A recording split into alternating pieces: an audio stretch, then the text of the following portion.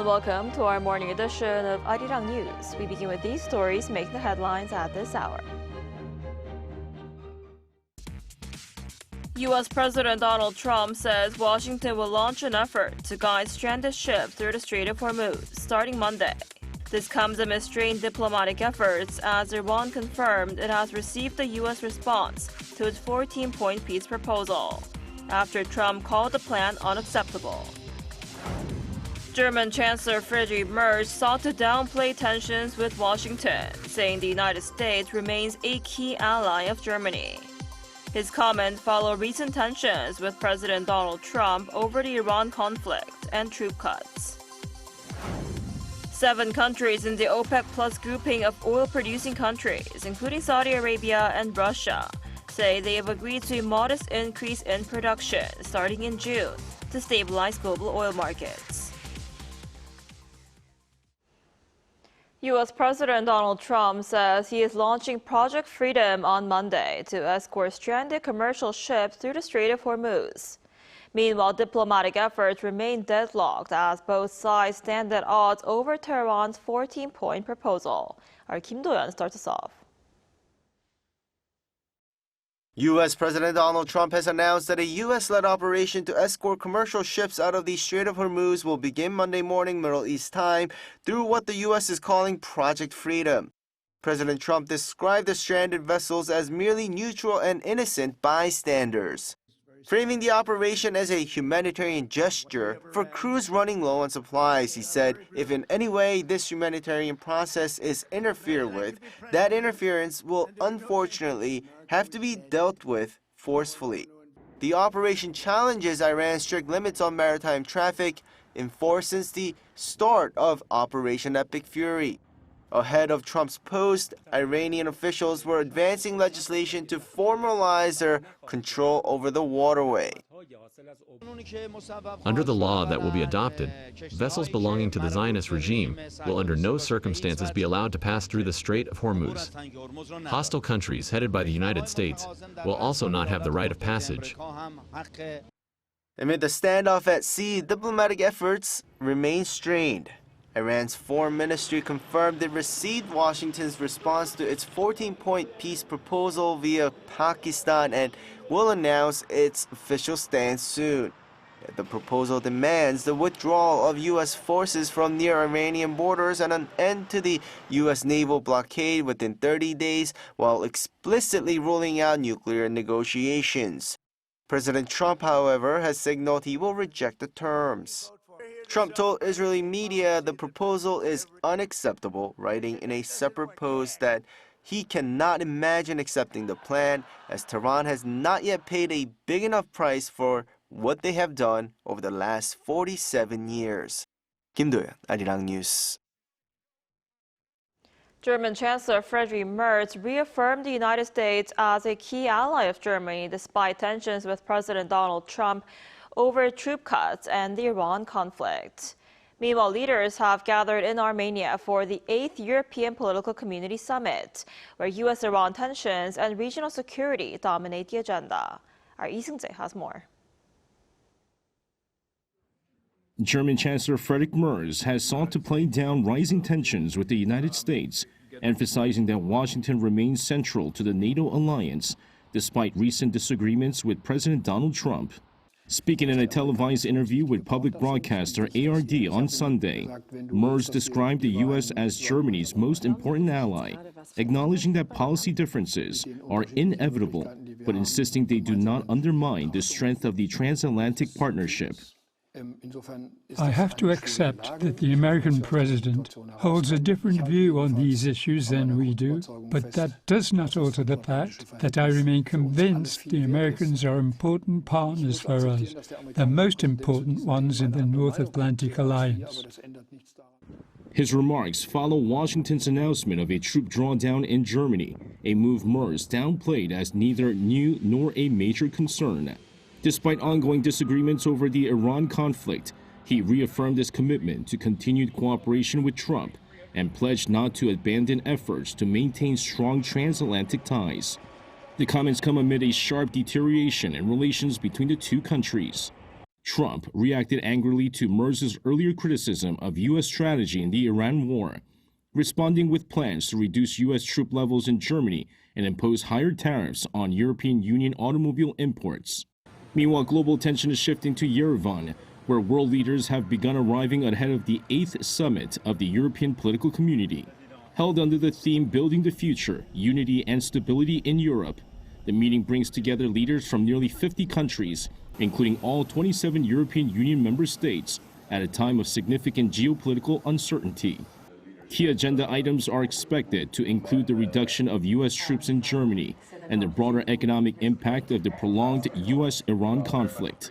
Launched in October 2022 following the outbreak of the Ukraine war, the EPC, often described as an EU plus Alpha forum, aims to strengthen political dialogue and cooperation across the European continent with participation at times from 44 countries. Lee Seung-jae, Arirang News.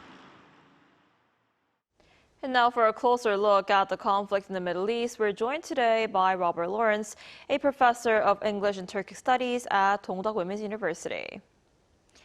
Professor Lawrence, thanks for coming on today. Good morning. Thank you for having me.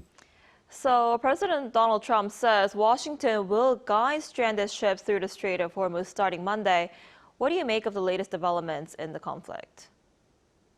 All right, so the U.S. is framing this as a humanitarian gesture and a defensive mission to free ships that are stuck in the strait, not as an escort mission.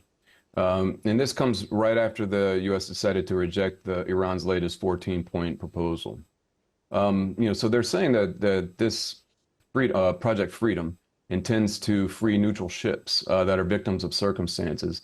There are about 20,000 sailors that have been stranded on ships for about 2 months. So I think what the U.S. is trying to do here is get some momentum going to break the impasse in the conflict. It's planting season right now, and the world has about 1 million metric tons of fertilizer that's stranded on ships in the region. So by framing this as a humanitarian gesture on behalf of the U.S., Middle Eastern countries, and in particular Iran, I think President Trump is probably trying to initiate some movement in the conflict and get all actors on board. Now, from an Iranian point of view, I don't think they're going to see this as a humanitarian gesture at all. The strait and the world's economy is their primary source of leverage. And this has been their strategy for a long time. So willingly giving up that leverage is counterintuitive. They've already said that any American interference with their new maritime regime on the strait will be considered a violation of the ceasefire. And Donald Trump has said any interference with Project Freedom will be dealt with forcefully. So this is set to begin Monday morning, Gulf Standard Time.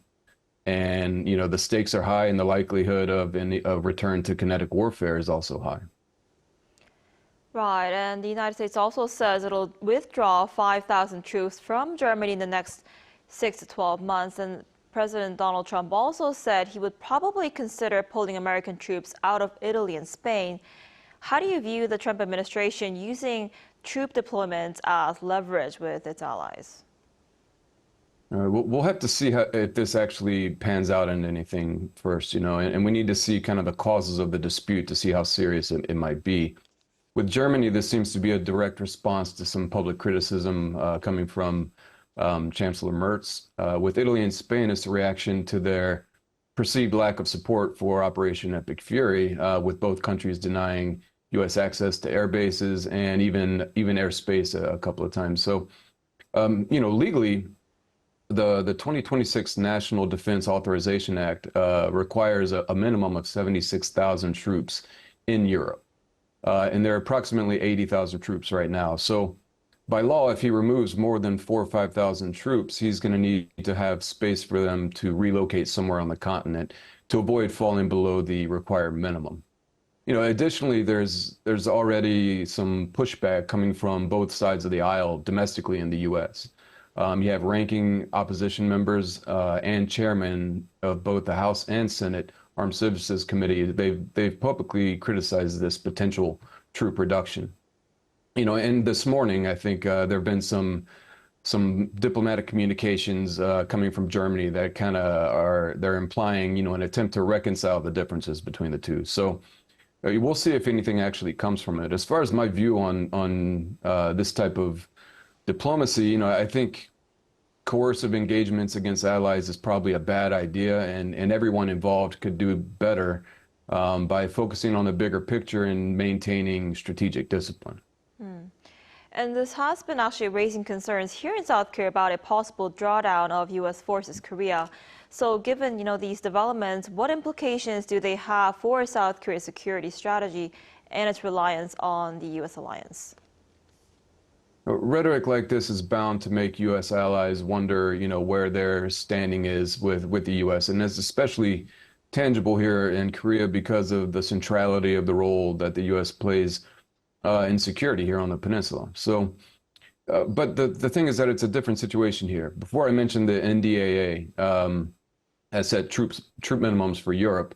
Well, that same legislation sets a minimum troop level of 28,500 for Korea, and that's country specific. So these troops can't be moved around Asia, for example, like they can in Europe. So it's exponentially more difficult to unilaterally reduce troops here in Korea. But in order to prevent this, or reduce the possibility of this becoming a bigger issue, I think it's better that disagreements are handled privately and diplomatically, where communication is clear and one-line comments aren't rerouted and used as a wedge tactic against the alliance. The U.S.-ROC alliance is strong, it's institutionalized, and it's multifaceted.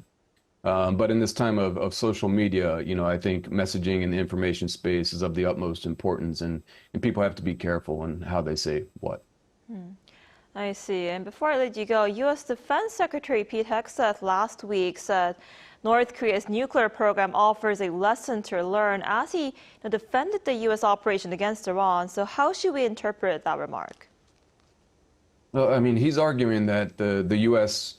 basically allowed the threat of conventional weapons to serve as a shield behind which the North developed its nuclear program. And now it's believed that North Korea has approximately 50 nuclear warheads, and it's very difficult to see how that would be reversed. There's some that hold on to the idea of denuclearization in the peninsula, but given what we've seen in Libya and the Ukraine, I would argue that it's fairly unlikely that the North will voluntarily give up such a powerful deterrent. So Secretary Hegseth is arguing that Iran is doing the same thing, and that's why the U.S. had to engage kinetically when it did. Iran's built a big missile program that can hold the region and, as we're seeing now, the world's economy hostage. And he's implying that for decades, it's continued to, involve itself in nuclear negotiations while simultaneously developing their own program in secret, just as the North did. So the lesson he's arguing that the U.S. must learn from the failure to prevent the North from getting a nuclear weapon is not to wait until it's too late. Not to wait until Iran having a nuclear weapon is a fait accompli. I see. All right, Professor Lawrence, thank you so much for your time and insight today. We appreciate it. My pleasure. Thank you for having me.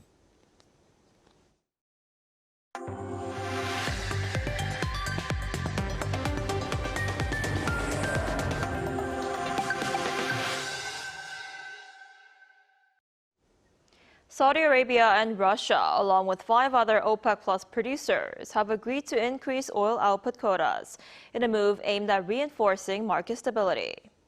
The countries will raise production by 188,000 barrels per day in June, signing a collective commitment to stabilizing global oil markets amid price pressure from the Middle East conflict. The decision was reached during an online meeting of key producers on Sunday, in their first meeting since the United Arab Emirates left the group. The group also emphasized a cautious and flexible approach moving forward, with plans to review market conditions and production compliance on a monthly basis starting next month. As conflict in the Middle East continues, a leading expert in Seoul says Korea needs to look beyond energy interests and form more strategic ties with Gulf countries for long-term security cooperation. Our Oh Soo-young sat down with them. Korea should expand security cooperation with Gulf nations through middle power partnerships amid growing global uncertainty. That is the view of Che Chang-un, a former presidential security trainer in the United Arab Emirates, who authored UAE from Desert to Mars and Sense of Security.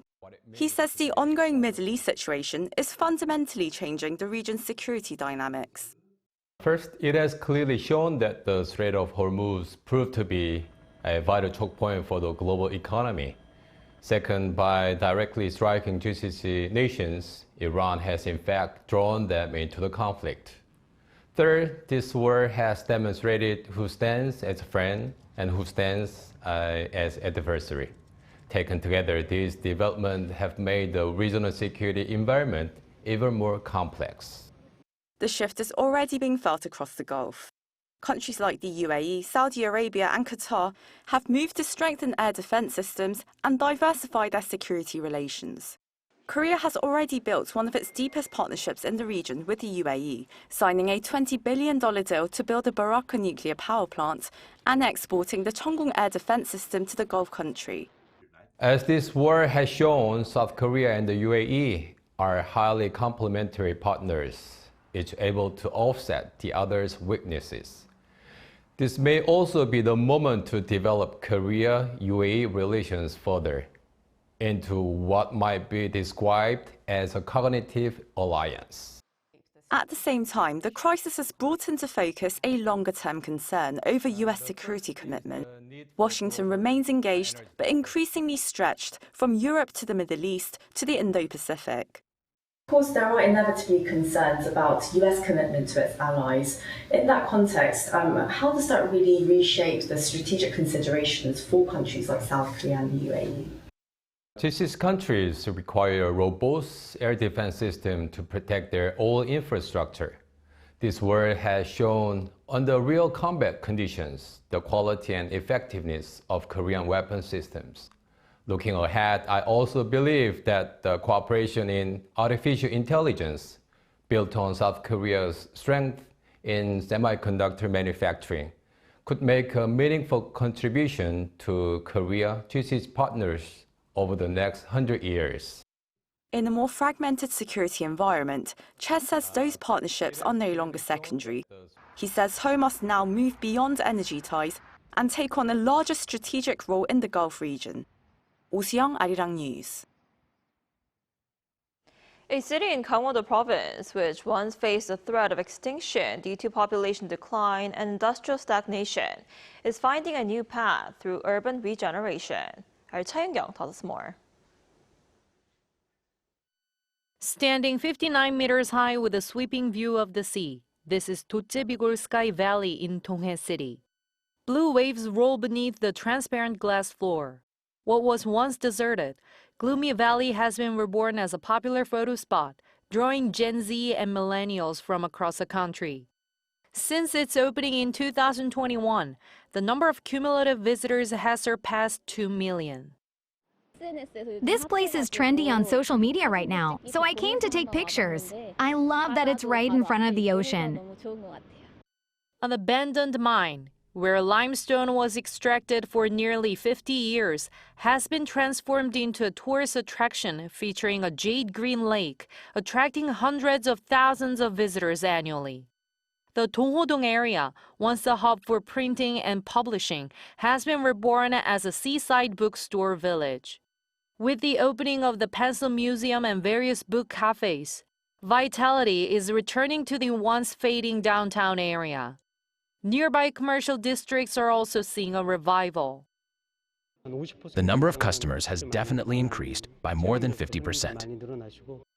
Living conditions in the underdeveloped Old Town have also significantly improved. Old vacant houses, for instance, have been renovated into one-month stay residences. Witnessing this success, officials from other regions facing similar threats of extinction are visiting to learn from Donghae's sample. Since its population dipped below 100,000 in 2005 and fell further to around 80,000, all eyes are now on whether Donghae's urban regeneration can go beyond a temporary boom to become a permanent solution for attracting new residents. Cha Young, Arirang News.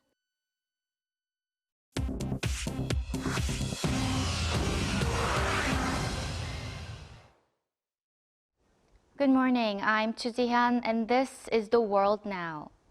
3 people have died and at least 3 others have fallen ill after a hantavirus outbreak on a cruise ship sailing in the Atlantic Ocean. The World Health Organization said on Sunday that at least 1 case has been confirmed by laboratory tests. 1 patient is in intensive care in a South African hospital. Hantavirus has no specific treatment or cure. It spreads through contact with infected rodent droppings and can lead to severe respiratory illness. Israel has committed to a major deal to buy 2 new squadrons of advanced fighter jets from American defense contractors Lockheed Martin and Boeing. The $119 billion acquisition approved on Sunday covers a 4th F-35 squadron and a 2nd batch of F-15IA jets. Officials said the 2-month conflict with Iran made it clear that maintaining a technological edge in the air was not optional. Israel's Prime Minister Benjamin Netanyahu said, quote, "Israel is stronger than ever, and Israel must always be much stronger than our enemies." In the U.S., Spirit Airlines shut down all operations on Saturday.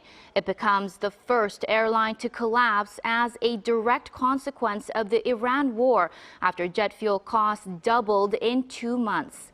Spirit had planned around fuel costs of around $2.20 a gallon, but by the end of April, those costs had reached $4.50, making survival without fresh financing impossible. The Trump administration offered $500 million to keep the carrier alive in exchange for a 90% equity stake, but creditors rejected the deal. Spirit accounted for roughly 5% of all U.S. domestic flights at its peak. All flights have been canceled, with most customers refunded on Saturday. In India, a temple elephant broke free of its chains on Friday and went on a 2-hour rampage, killing 1 man, injuring others, and flipping a car using its tusks.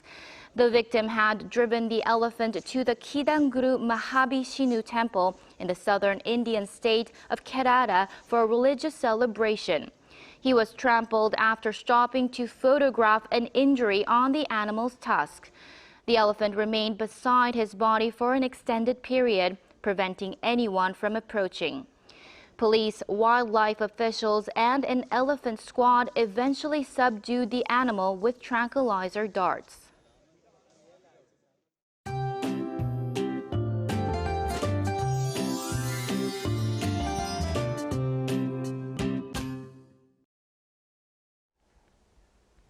Unlike yesterday's cloudy and chilly conditions, today we'll see a return to pleasant spring weather. There are still a few lingering showers this morning, mainly across Gangwon-do and Gyeongsang-Bukdo provinces. Meanwhile, higher elevation of Gangwon-do province could see snow instead of some rainfall. Meanwhile, plenty of sunshine will boost UV levels to very high levels today.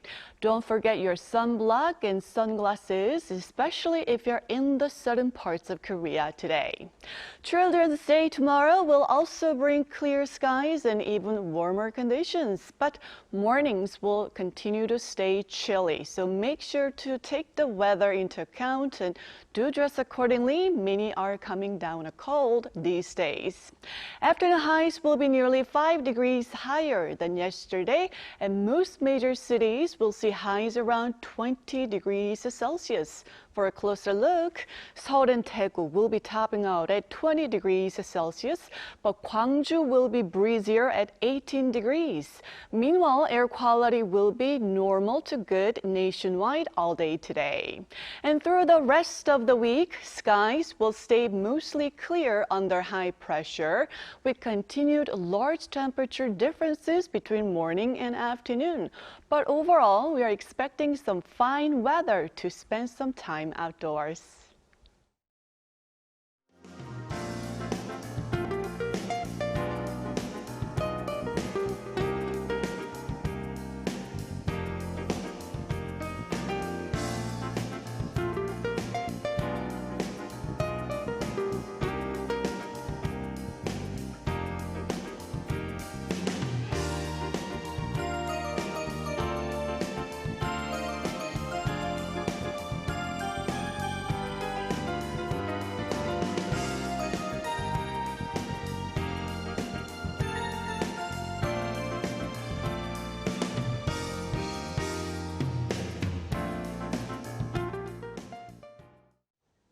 Now that's all we have for this morning. Arirang News will be back at noon Korea time. Thanks for watching.